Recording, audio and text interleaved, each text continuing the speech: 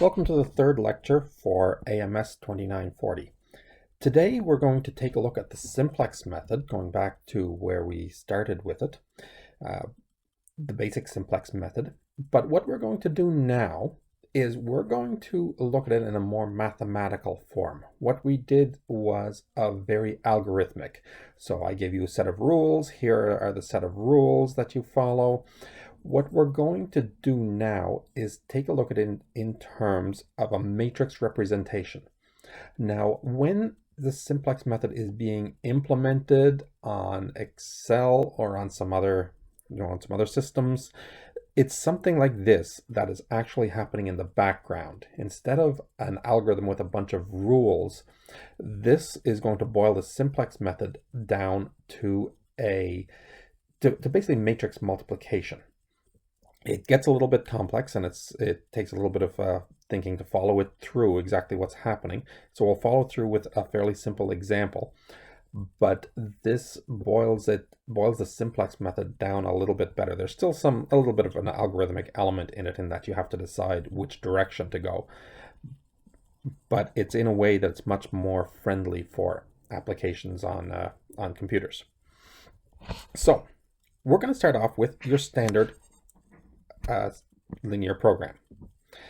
When you write your linear program, you could actually write it as matrices, such as this.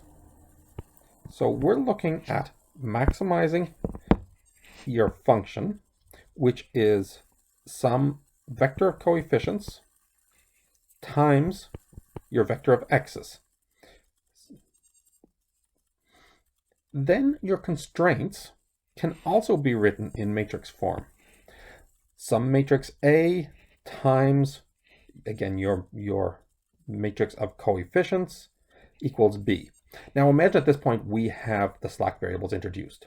So in your X, it's more than just what you normally start with, the X1, X2, X3, as we've been doing traditionally. You also add in the S1s, S2, S3, and so forth, all of your slack variables. So your matrix, your function, your vector x includes all of your slack variables, but at the start the coefficients of those are all zeros. We'll see an example in a minute. And your normal constraint that everything is positive.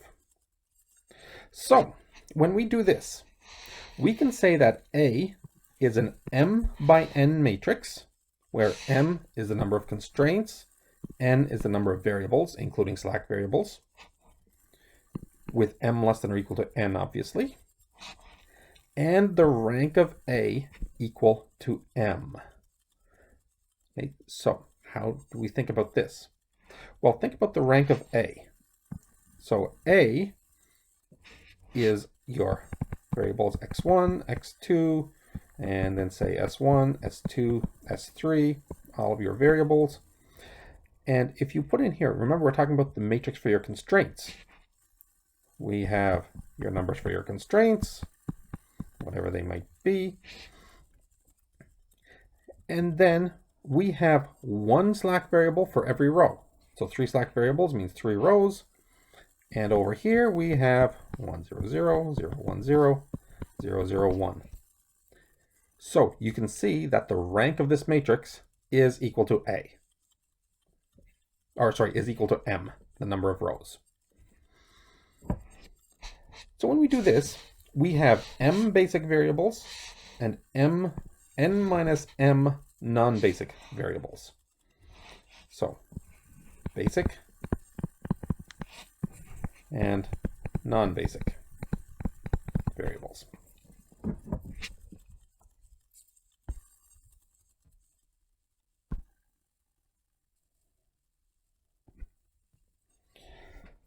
So now we're going to break it up. We're going to break up the expressions, separating the basic and non-basic variables. So basically for our x vector, we're going to break it up into 2, a basic and non-basic.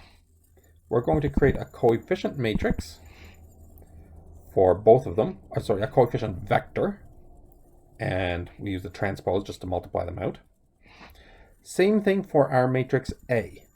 So the matrix A we started with, we break that up into B and N, where B is the basic variables and N are the non-basic variables. And then we have those constraints for the basic feasible point for that matrix. We'll see an example of this in a second. But before we do that, I'm going to define a vector. In fact, I'm going to define a number of vectors. For every non-basic variable, so everything in here, I'm going to define a separate vector. It's going to be an n-dimensional vector, so the same size as the number of columns in A, or the number of variables we have. And in that vector, in vector dk, where k can be up to the number of non-basic variables. So for the vector for a given non-basic variable, dk k is 1. It's equal to 0.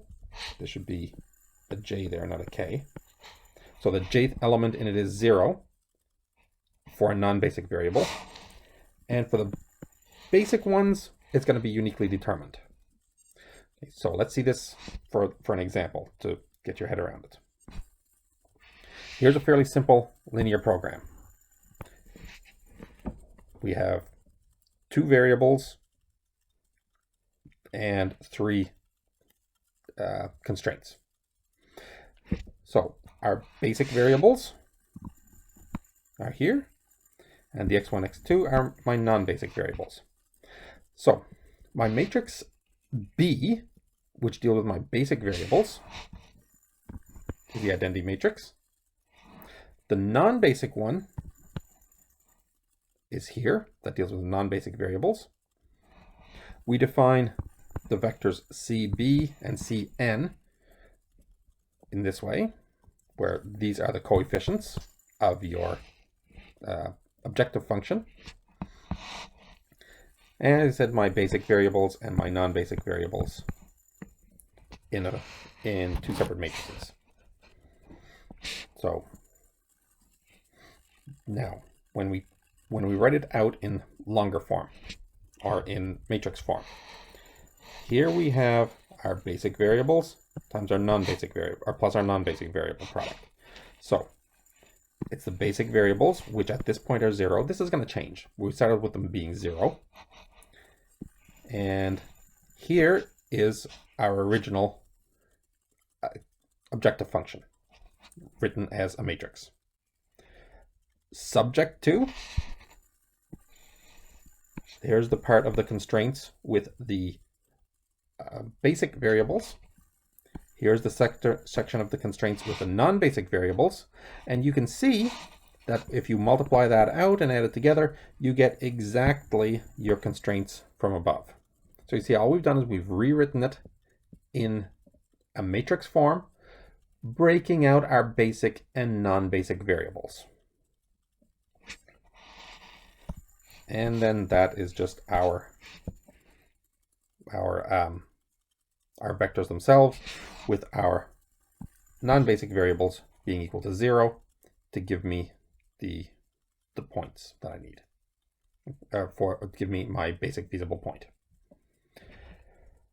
Okay, so that is taking your linear program and writing it out in the form that we need here in vector matrix form. Now, we are interested in the simplex method. So how does this translate once we have this form? So here's the set of basic variables and the set of non-basic variables, okay? Just written as a set. In this case, we have 2 non-basic variables. And if you remember the simplex direction, there was a simplex direction for every there is a simplex direction for every element in the non-basic variables. So there's going to be one for x1 and one for x2. You can see here's the simplex direction for x1 and the simplex direction for x2. Now, it says that for x1, You set the first variable to 1, all of the other non-basic variables to 0. There is only one other non-basic variable here. The next three, your basic variables are calculated. So if you go back to your constraints, you can see that you end up with that equation from your constraints when you have x1 equal to 1 and x2 equal to 0, which gives you that vector. Same thing for x2. For x2, all of your non-basic variables are set equal to 0, except for x2, except for the second element in it. The components that correspond to the basic variables get calculated using your constraints, which gives that vector. So now we have two vectors. We have a vector for every non-basic variable. If you think back to the simplex method, what are we doing with the simplex method? We are trading out a basic and a non-basic vector. So this is heading towards where we're going to identify the non-basic variable that's going to be swapped into our basis. So in matrix form, what do we have? Our matrix A that we started with, if you recall, was N and B, our non-basic matrix and our basic matrix. That times every one of our basic variables is 0. Not our basic variables, every one of our directions, our simplex directions, is 0. Essentially what we've done here is we have calculated, if you go back to your linear algebra, we have actually calculated the null space of A. Okay? We have calculated generating vectors or a basis for the null space of A. That, again, just reaching back to your linear programming. That was by definition. That was how we defined D of K. And also, that's the rest of the definition of D of K. Okay, so this tells us exactly what the values are for our non-basic variables. The basic variables are calculated. So we can focus on those basic variables plus the one basic column with a non-zero entry. All of the 0 ones, these things, we don't have to worry about them. They're zeros. So we can just focus on the other ones to kind of think about it. And when you work that out, you get this equation. So your basic, this is the basic part of it. So the B, if we look back at our other one, it's the parts down here. So we're kind of breaking that out. Times the part of your dk that is the basic is equal to negative AK. So using our example from back here, this would be B, if I look at this one, B times negative 4, negative 1, negative 3. You multiply this out, you are going to get negative AK. Work it out and think about it. These are those are the values that correspond to the basic. We are also going to define dk of n to be the values in your simplex direction that correspond to the non-basic variables. Okay, now we have these two vectors, one for every direction. Think back to what we do with calculus. If you have a function, a multi-dimensional function, you can get an idea of whether or not a function is increasing by using its gradient. Okay? So you calculate the gradient, and this is the definition of a gradient of a function. And it gives you a vector. Once you have that gradient, you can say, okay, my function is increasing or decreasing in a certain direction by taking the gradient, and in this case would be the transpose, times the direction. So you can say my function is increasing along the x-axis because the gradient times the vector 1, 0 is positive. We're going to do the same thing here. So we are going to calculate that for every direction and see what happens. Fortunately, when we have linear programs, figuring out the gradient is really easy because the gradient of a linear function is just the coefficient. So we actually have that this gradient is equal to the coefficients in our objective function. Go back to the example and you can see, calculate the gradient and you'll see it is exactly the coefficients in the objective function. So if you want to figure out if something is increasing or decreasing in a certain direction, you just have to calculate c of t times d of k, where dk is one of our directional functions, simplex directions. This is called the reduced cost for that non-basic variable. So that's the reduced cost for that non-basic variable. And remember, we have a collection of non-basic variables. So we can create a vector of them where every element of the vector is the reduced cost associated with that non-basic variable. Now, if you'll note, thinking back to the last lecture, I talked about reduced costs. These are exactly the reduced costs that are calculated using Excel or the final the Tableau for the simplex method. So this is the vector of reduced costs. What we've done now is we've calculated them using matrix operations. So with this in mind, this tells us the value of the objective function and whether it's increasing or decreasing in a given direction. If it's positive, it's increasing. If it's negative, it's decreasing.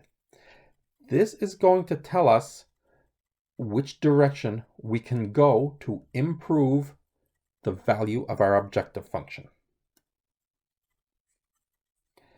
If it's negative in every direction, we are at our optimum.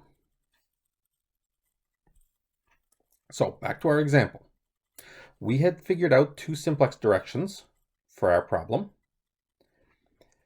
C, this is our column, this is our gradient function, which is just our coefficients. So we can figure out c of x1, which is 13, and c of x2, which equals 5. So c times your first direction equals 13, and c times your second direction equals 5. They're both positive, so the objective function is increasing in both those directions. So you can go in both directions. So we found a direction of increase. But you remember in the simplex method, we had to figure out how far we can go in that direction. That was the key in figuring out which one to pivot on. Well, how far can we go? We can only choose a value. The value lambda is going to represent how far we can go in that direction. This has to be true.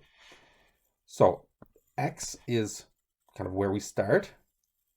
The dk, that is describing the changes in our function or in our variables as we move in that direction.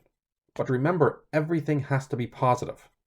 So this gives me a vector, and every element in my vector has to stay positive. I can't go so far as to make anything negative. So it gives us this condition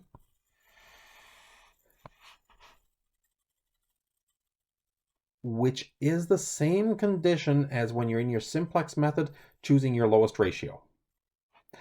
But in this case, it's in a form that a computer could easily scroll through and determine it. So we started off at the point at the point 0, 0 for our non-basic variables, and you figure out your basic variables. So we have a point that we started out. Call that x0, our basic feasible point for where we started. So now the trick is figure out x1, which is the next basic feasible point. In other words, the basic feasible point after you do your simplex. In the matrix method, it's your starting point plus your simplex directional vector in the direction you've chosen to go times lambda max, which you calculated up here. So you pick a direction, with that direction, you can then calculate your lambda max. Take your lambda max, multiply it by dk. That is the change that you're allowed, or that is doing your simplex pivot, but doing it in terms of matrix vector multiplication in a way that's very easy for computers to handle. So in our example, this was our x0. That was our basic feasible point in our initial writing of the linear program. You can just pick a direction. And again, normally you pick the direction that has the largest value for the gradient times the direction. But you can pick any direction that gives you a positive value. You calculate lambda max. In this case, it's the minimum of those three numbers. Remember, this is the minimum over all of your basic functions, basic variable, your non-zero variables, and it's equal to 6. So now your point x1 is x0 plus 6 times your directional vector, which gives you that. There is your next basic feasible point after you've done a pivot, but in this case you're doing the pivot with just matrices. What does this have the impact of? Well, before we had our non-basic variables up here, which were x1 and x2. These were my s1, s2, and s3. So you just have to note what exchanges you made. You've taken x1, it now becomes basic. You've taken s1, it now becomes non-basic. So your basic variables are now that should be x1, s2, and s3. Now you have a new x1. You have new basic variables and non-basic variables. Do the next step. You have your new basic and non-basic variables. You have a new value of c, which is right there. You have your basic and non-basic variable arrays. Now, how do we get this? These were the columns that we had in our original matrix A. So all we've done is we've picked out the columns from our matrix A that correspond to the basic and non-basic variables. So we don't have to do all of those calculations for every element in our matrix the way that we did for the simplex method before. This is actually giving a slightly easier way of doing it.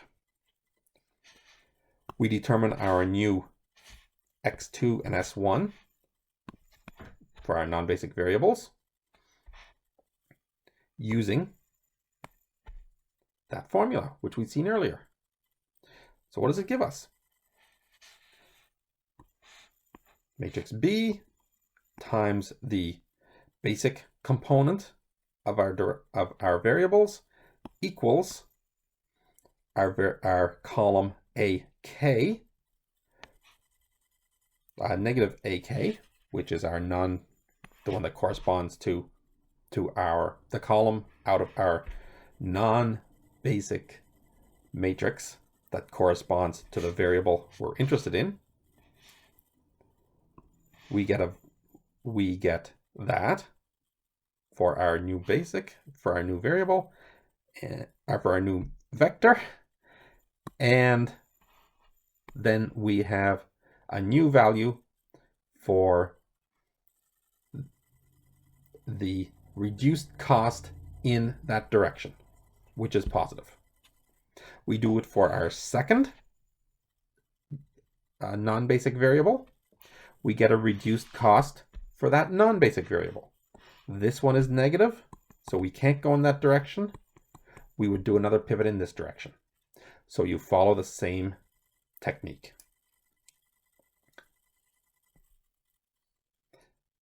It's the only one that's positive, so we go in that direction. We calculate our lambda max.